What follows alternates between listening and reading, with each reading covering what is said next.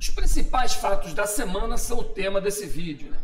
Trazemos aqui na manchete os fatos mais relevantes que podem impactar a semana que vem no nosso mercado e no mundo. Falando sobre a China e a dívida causada pela crise das construtoras, falamos sobre os estados nessa guerra sobre o congelamento do ICMS, o dólar, que apresentou quedas essa semana, a crise hídrica, que vem impactando o setor, e as medidas que o governo adotou para diminuir esse impacto financeiro. E o consumo dos brasileiros em queda devido a fenômenos como inflação e desemprego. Fica com a gente até o final, esse é o canal Sucesso Finanças. Desde já eu já te peço, senta o dedo, dá um like, comenta, compartilha com seus amigos, inscreva-se em nosso canal. Isso faz com que o nosso canal seja interpretado pelo YouTube como um conteúdo de relevância e que possa ser levado a mais pessoas, tá bom? Essa é a sua forma de agradecer e de nos ajudar. Até já, vamos lá.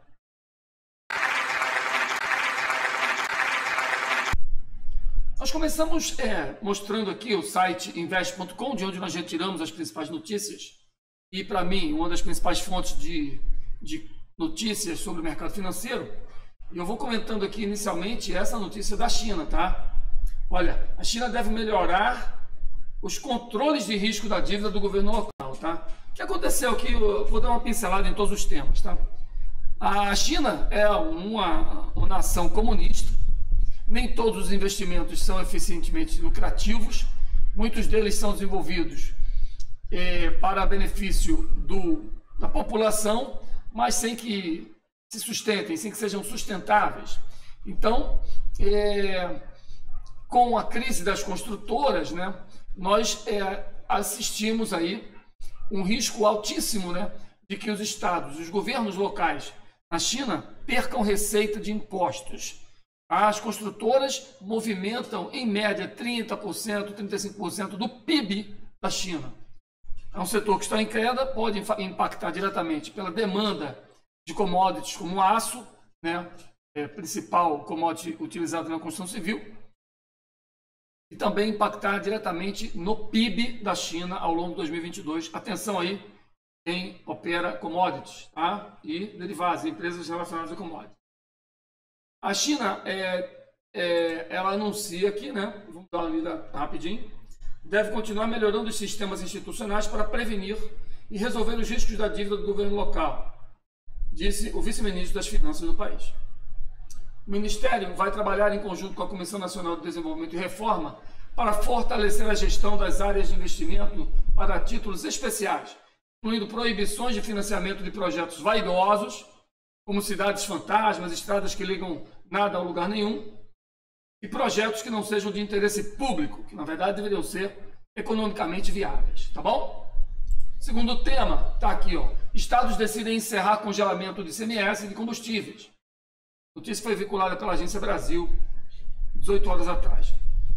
Por maioria de votos, os governantes estaduais decidiram encerrar o congelamento de impostos sobre a circulação de mercadorias e serviços sobre os combustíveis. Esse congelamento vigorava, né, desde novembro. A medida foi decidida hoje em reunião do Comitê Nacional dos Secretários Estaduais de Fazenda, tá? Os governadores decidiram não renovar o congelamento, tá bom?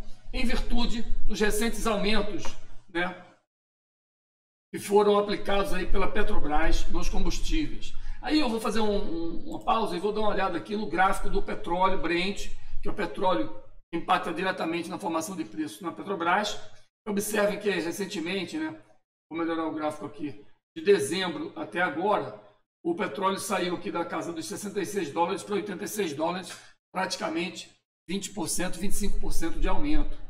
Realmente isso impacta, né? Se a empresa não acompanhar, pelo menos, mesmo que amorteça um pouco essa flutuação, ela tem que ajustar o preço no mercado brasileiro ao preço de exportação ao comércio internacional, tá? Então, é uma medida, na minha visão, mais política do que econômica necessariamente, tá? Terceiro tema, o dólar cai para 5,51 e acumula queda de 2,1% na semana.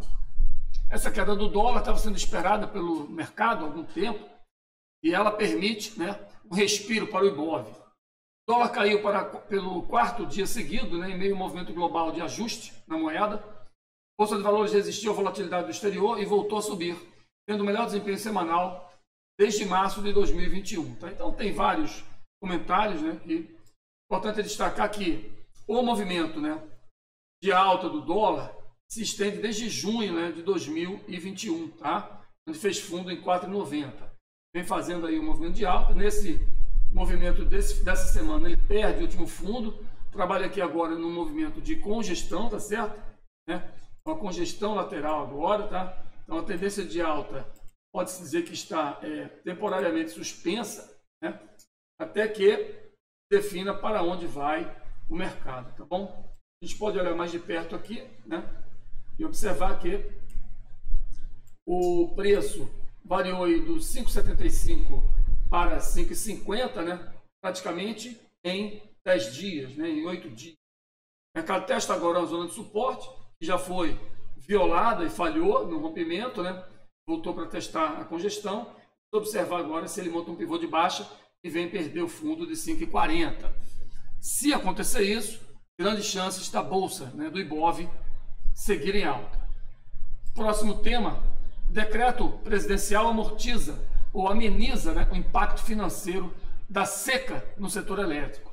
Notícia também vinculada pela Agência Brasil, tá? E os dados são os seguintes: decreto presidencial que regulamenta mecanismos para enfrentar os impactos financeiros causados pela escassez hídrica, né, no setor elétrico foi publicado no dia de hoje, 14 de janeiro, tá bom? A medida provisória publicada em dezembro previa o uso de recursos que seriam arrecadados por meio de tarifas, tá? Aumento nas tarifas, bandeiras tarifárias de escassez hídrica, para lidar com gastos a mais no setor elétrico. Já o decreto publicado hoje cria a conta escassez hídrica pela Câmara de Comercialização e Energia Elétrica. Ela receberá os recursos necessários para cobrir total ou parcialmente os custos adicionais decorrentes da situação de escassez hídrica. Tá? Segundo a Secretaria-Geral da Presidência da República, a medida provisória possibilitou a estruturação de operações financeiras garantidas pela conta de desenvolvimento energético, de forma a mitigar os efeitos de aumento de custo de geração de energia elétrica. Bom, o importante disso aqui está aqui, ó.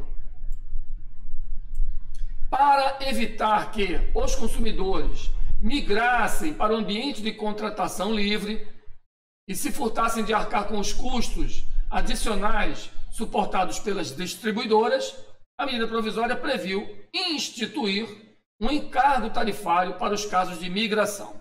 O que a gente está falando aqui? Pode ser que esse tema seja novo para vocês.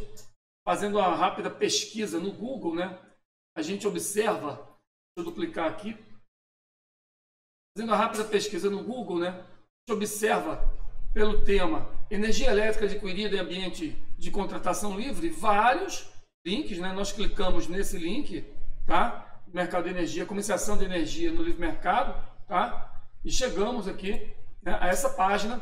SPIC, Speak, né, é uma empresa, né, que tem na China a sua maior posição, né?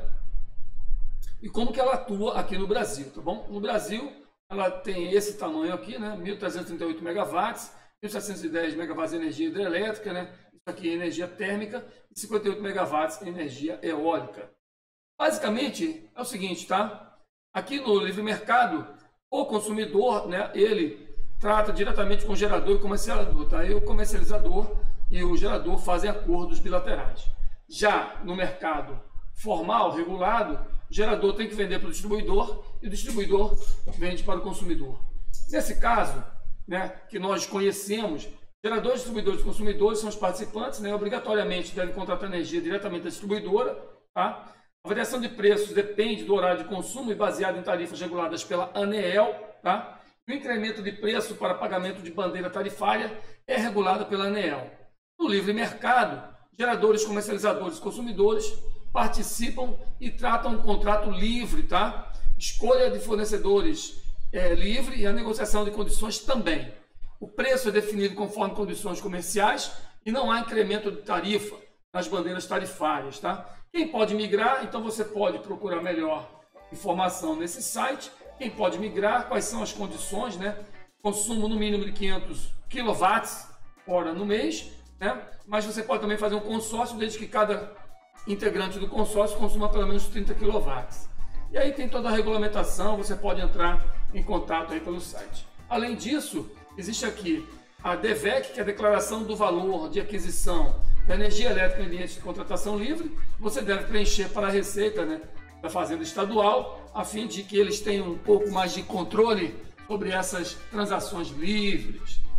Por fim, vamos falar aqui do consumo dos brasileiros, que será menor que o esperado em 2021. Antes de passar para esse tema, fazer o fechamento, né? Esse decreto, então, ele cria uma forma de tarifar aquele consumidor que queira fugir da regulamentação da ANEEL e acessar um fornecimento sobre contratos de livre mercado no consumo de energia e fornecimento de energia elétrica. Essa tarifação evita ou dificulta essa migração, tá? E faz com que o sistema energético mantenha-se sob controle do Estado, sobre a legislação ali, para que se torne economicamente sustentável e viável, né? E também a tarifação seja mantida. Migrando agora para o consumo dos brasileiros, último tópico de hoje, né? A gente tem uma notícia que em 2021 houve uma queda no consumo dos brasileiros, a previsão era um consumo de 4,5%, mas deve ter fechado em torno aí de 3% no final do ano. Ele fala aqui, né, que o principal motivo para isso foi o aumento da inflação, as oscilações do câmbio, o crescimento das exportações e o desequilíbrio na cadeia de abastecimento. Ou seja, quando há um aumento no dólar lá fora, no mercado internacional, o exportador se sente mais atraído, né, em direcionar a sua produção para a exportação, porque assim ele consegue um retorno maior, né? E aí, o que acontece? Há uma escassez no fornecimento no mercado interno. E como há escassez, né, de oferta e aumento de demanda, há uma tendência de que o preço se eleve. E o aumento do preço é consequência da inflação e também provoca uma diminuição de consumo, tá? Este foi o mecanismo de forma geral, beleza? Agora nós temos um impacto direto, né, da alta na taxa Selic, para forçar uma diminuição da inflação, né? E com isso o crédito ele se torna mais caro. Essa dificuldade de acessar o crédito também vai impactar na redução do consumo. Prevemos aí para 2022 uma desaceleração da economia, como dizem os principais economistas. Este é o vídeo de hoje. Nós temos a visão aí de atualizar o nosso público das principais informações e comentar algumas delas. Se você discorda ou você tem algo a acrescentar nos nossos comentários, comente aqui no nosso vídeo. Isso também faz movimentar o nosso grupo, né? A nossa audiência, e também contribui para o nosso grupo, tá bom? Agradeço pela sua audiência, desejo a todos uma semana abençoada, fiquem com Deus, nos vemos no próximo vídeo. Até lá, tchau, tchau.